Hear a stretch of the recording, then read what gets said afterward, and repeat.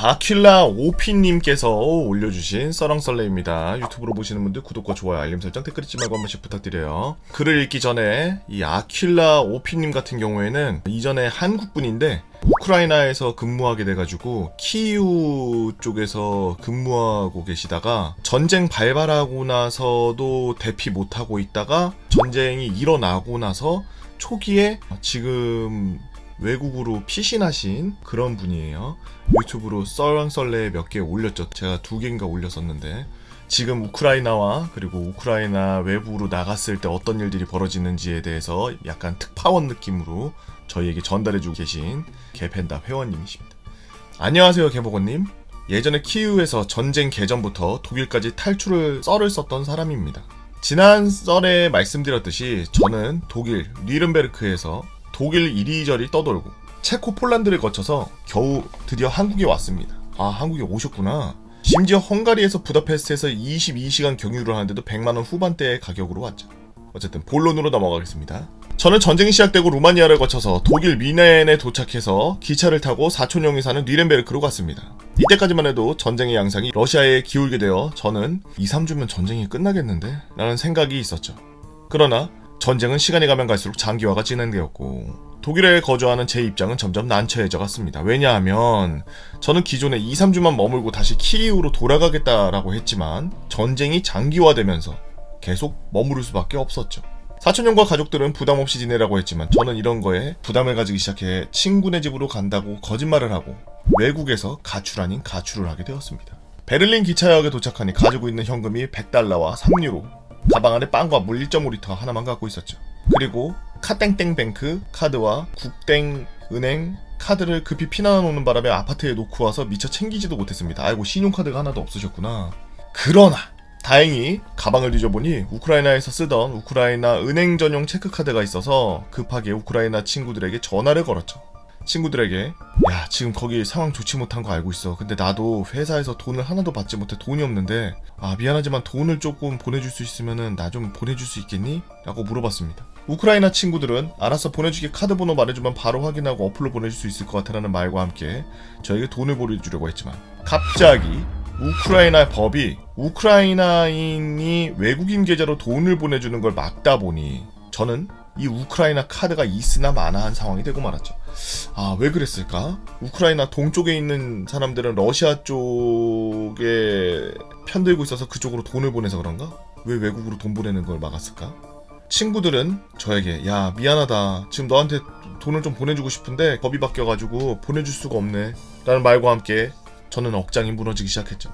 일단 100달러라도 있으니까 돈을 좀 바꿔보자라는 생각으로 은행에 갔지만 회원이어야지만 익스체인지 해줄 수 있어요 라고 하며 그나마 있던 100달러도 없는 돈이 되었습니다. 공항 가면 바꿔주지 않을까?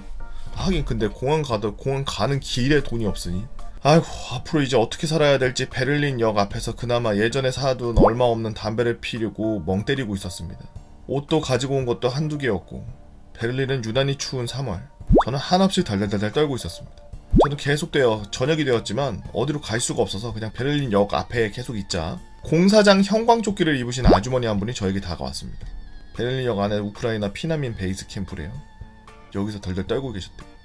그 아주머니는 저에게 지금 추운데 혹시 뭐하고 있니? 어디에서 왔니? 아까 전부터 오랜 시간 여기 앉아있는 것 같은데 뭐했니? 왜 그러니? 라며 질문을 했습니다. 저 한국 사람인데 얼마 전에 키이우에 살다가 전쟁 나서 피난와서 그런데 돈이 하나도 없어가지고 어떻게 해야 될지 몰라서 여기 그냥 있어요. 잠깐 기다려봐라 라는 말과 함께 피난민 인포메이션으로 가서 뭐라 얘기를 하는데 샌드위치와 따뜻한 차를 가져다 주었습니다. 와, 아주머니께서는 배고프지? 이거 먹어. 그리고 따뜻한 차도 있으니까 이것도 마시고 가족들이랑 연락은 되니? 핸드폰 인터넷은 돼? 아니요, 핸드폰 유심칩은 우크라이나에서 쓰던 거밖에 없어서 인터넷도 없어서 아무에게도 연락이 안 돼요 라는 말과 함께 저의 손을 잡고 베를린 역 앞에 있는 보땡폰 부스로 가서 저에게 난민 전용 심을 얻어다 주셨습니다. 세상에 이렇게 힘들 때 마치 구세주를 만난 마냥 누가 날 도와주는구나 라고 생각했죠. 그 아주머니께서는 떠나기 전에 저에게 내 이름은 텐이야. 오늘 널 도와줄 수 있어서 너무 기쁘다. 우리 인연이 된다면 꼭 다시 보자. 내 딸도 지금 다른 나라 가서 공부하고 있는데 너를 보고 있으니 내 딸이 생각나서 가만히 있을 수가 없었구나. 꼭 행복하고 앞으로 너가 안전하게 너의 나라로 돌아갔으면 좋겠어 라면서 작별 인사와 함께 떠나셨죠. 숙소 도착해서 들어가는 줄이래요 이게. 저는 다른 자원봉사자들의 도움을 받아 역 앞에 있는 난민 캠프 천막에서 대기를 했습니다. 저는 한국에 있는 회사도 전쟁 때문에 많이 힘드니 돈 이야기는 하지 말자고 했고, 부모님과 사촌형에게 걱정 끼쳐드리기 싫어서 그냥 친구 집에서 잘 지내, 친구랑 있으니 너무 편하다는 말과 함께 앞으로 어떻게 살아가야 되는지 걱정하게 되었죠. 저는 천막에서 아무 말 없이 배터리가 떨어져가는 핸드폰을 보며 1시간, 2시간 계속 멍 때리고 있었습니다. 우크라이나 사람들 사이에 아시아인 한 명 있는 걸 보니 계속 이목이 집중되기 시작하더라고요.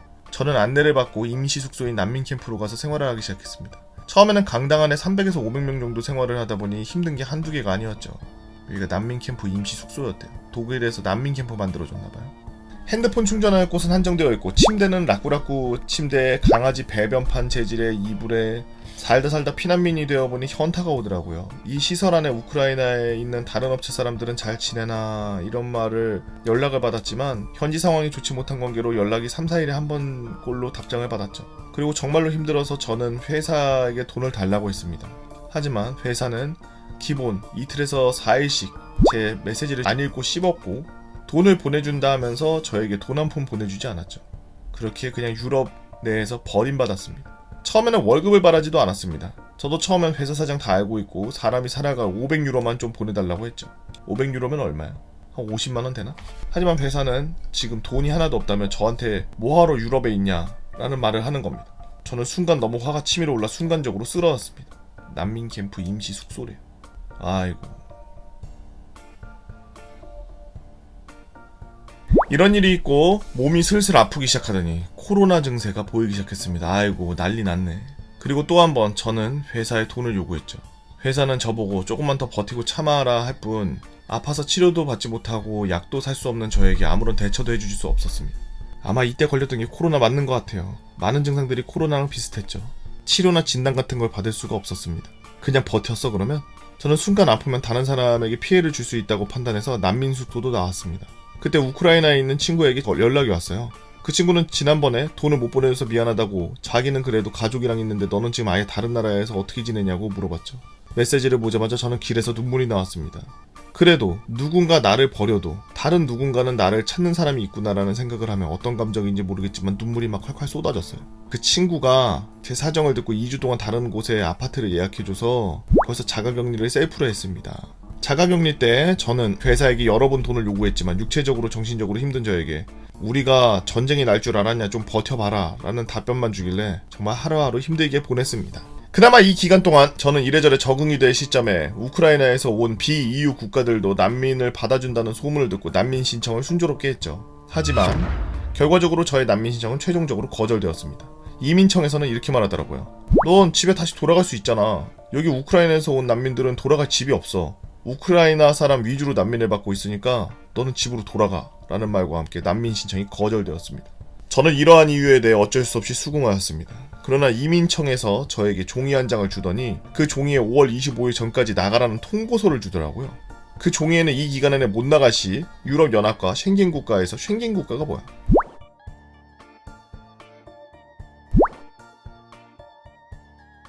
강제 추방이 되어 이 이후 유럽연합 국가와 쉥겐 국가에 영구적으로 입국할 수 없게 된다는 통보였습니다.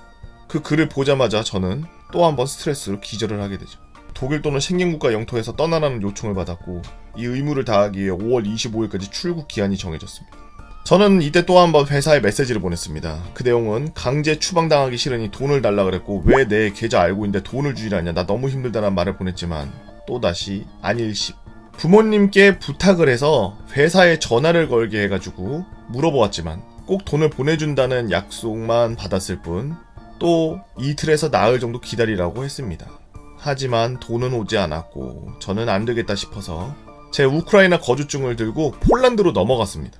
거주증을 가지고 있으면 국영 운송기업을 이용하여 무료로 이동이 가능했어요. 저는 폴란드에서 제 친구를 만나 다행히 그 친구가 숙소를 잡아줘가지고 숙소 생활을 하기 시작했죠. 그러나 역시 회사는 돈 한 푼 보내주지 않았고 점점 다가오는 날짜에 저는 그냥 긴급히 항공권을 살 수밖에 없었습니다.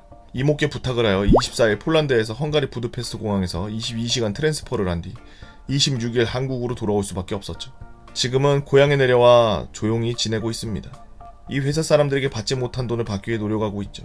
그리고 꼭 저를 이렇게 만든 회사를 가만두지 않을 겁니다. 또 전쟁과 난민 캠프에서 있었던 일로 저는 PTSD 외상 후 스트레스 장애를 가지게 되어 아직까지 일상생활을 하지 못하고 있습니다. 다른 친구들이 저보고 너 진짜야? 구라냐? 라는 말들을 많이 하는데 저도 이게 정말 다 구라였으면 좋겠다는 수천 번의 생각이 드네요. 저도 더 이상 스펙타클하게 살고 싶지 않습니다. 현재 6월 1일 역시나 돈 한 푼 들어오지 않았습니다. 그리고 키이우 근무 당시 최저시급도 안 되는 돈도 받지도 못하고 월급도 월급날에 받아본 적이 없었죠. 당연히 경비 체재비도 없고요. 근로계약서조차 없습니다.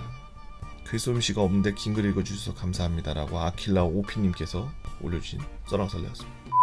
이 전쟁이 나서 오히려 좀 다른 곳에서 이런 피해들이 발생된다는 걸 또 다른 면으로 또 알게 됐네요. 네. 금방 좀 쳐내고 건강하게 일어나셨으면 좋겠습니다.